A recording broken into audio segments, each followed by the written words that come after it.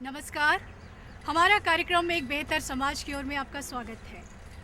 ये है बहाई उपासना मंदिर जो प्रतीक है शांति, एकता और प्रगति का। हम सब जानते हैं कि जब तक सबका साथ ना हो, प्रगति करना मुश्किल है।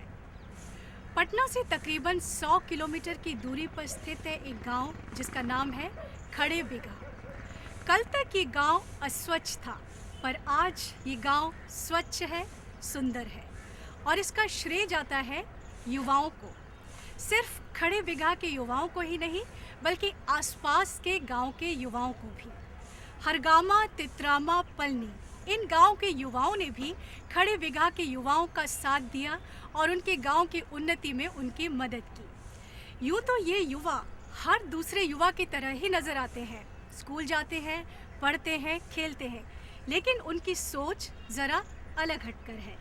आइए चलते हैं अपने पहले भाग की ओर, जो है मेरा गांव।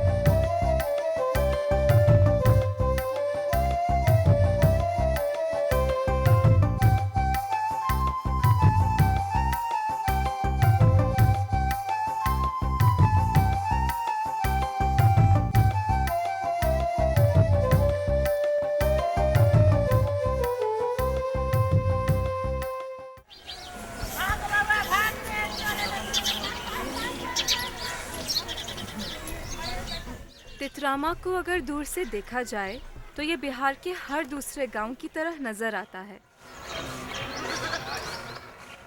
पर जरा पास जाकर, जरा भीतर झांककर यह एहसास होता है कि भले ही इनका रहन सहन, इनकी जिंदगी के तौर तरीके आम हों, पर अपनी सोच में बहुत खास हैं। मिलिए वर्षा कुमारी और उसके किशोर साथियों से, जिन्होंने छोटी सी उम्र में ली हैं कुछ बड़ी जिम्मेदारियां समाज को सुधारने की। इन युवाओं के सामने सबसे बड़ी चुनौती है अपने पड़ोस के गांव खड़े बीघा का अस्वच्छ होना। ये नाली किस तरह से गंदा है। यहाँ पे कुआं है लेकिन नाली है, नाली का पानी उधर का डिसाइड होता है, लेकिन फिर ये पानी इधर डिसाइड होके गली को भी गंदा करता है। इस तरह गांव की किसी भी गली में, किसी भी नुक्कड़ पर साफ सफाई का नामो निशान ही नहीं है। हर कोई इसी उम्मीद में है कि दूसरा कदम कब उठाएगा, और इसी इंतज़ार में गांव की स्थिति बिगड़ती जा रही है।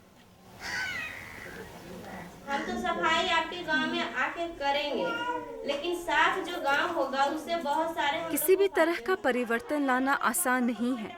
गांव वालों को समझाना, उनका भरोसा जीतना जरा कठिन था, पर वर्षा और उसके किशोर साथियों को अपने गांव वालों की अच्छाई और उनकी क्षमता पर पूरा विश्वास था।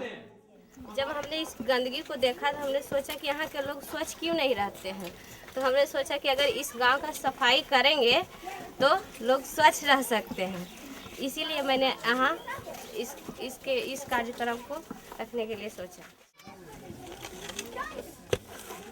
व्यक्तिगत परिवर्तन और सामाजिक परिवर्तन अलग प्रक्रिया नहीं है, बल्कि ये दोनों प्रक्रियाएं इस हद तक आपस में जुड़ी हुई हैं कि एक की सफलता दूसरे पर निर्भर है। तितरामा, पलनी और हरगामा के युवा इस बात को समझ चुके हैं कि मानवता की सेवा करना ईश्वर की आराधना करने के समान है। ये सेवा हमारे अपने समुदाय से शुरू होती है, पर अपने समुदाय तक सीमित नहीं होती। इसीलिए तो मीलों चलकर वो खड़े बीघा पहुंचे हैं सफाई अभियान में शामिल होने।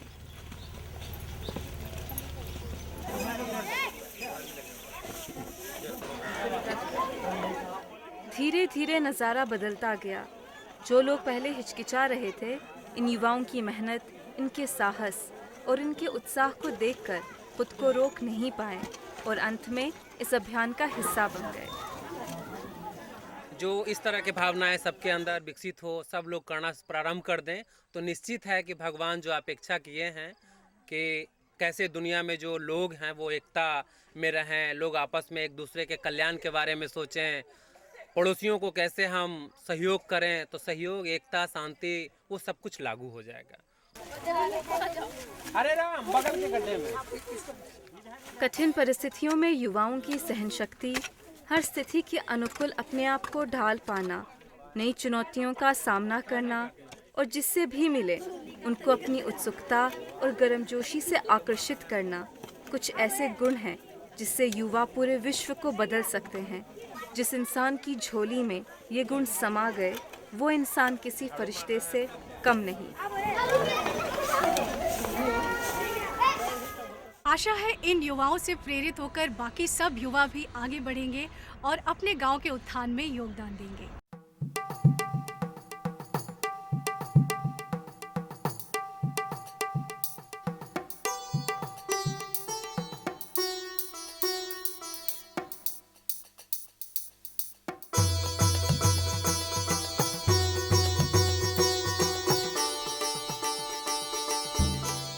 हरगामा गांव की सबसे बड़ी चुनौती है अच्छी शिक्षा।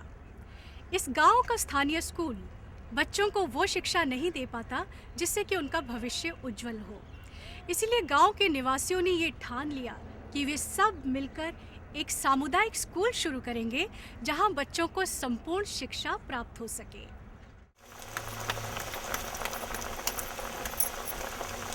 सिन्हा परिवार की सुबह सूरज के जागने से पहले होती है। इनका घर 4 दीवारों का एक मकान नहीं है बल्कि ज्ञान और शिक्षा का मंदिर है।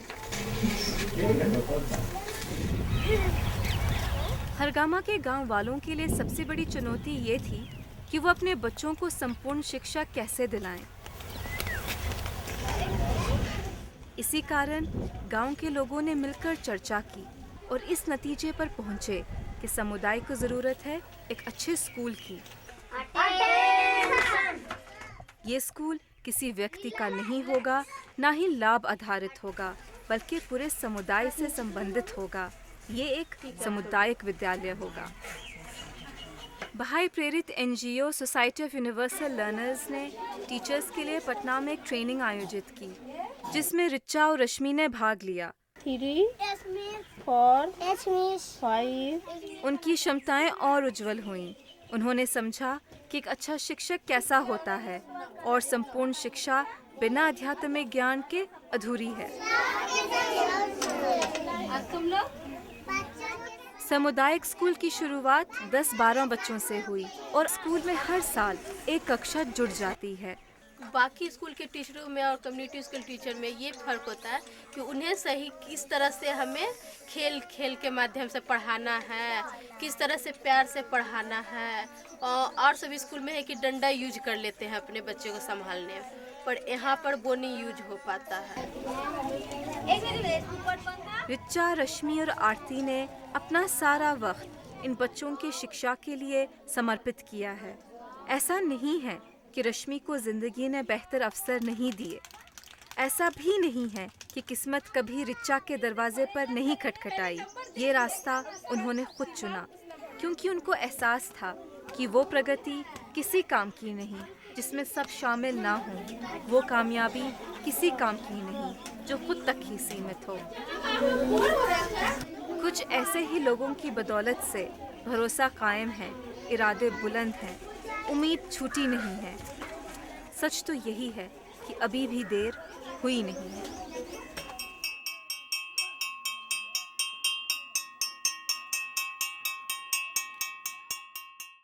हमारा आज का सफ़र यहीं ख़त्म होता है, लेकिन अगली बार हम फिर कुछ ऐसे लोगों से मिलेंगे जिनके दम से ये दुनिया खूबसूरत है।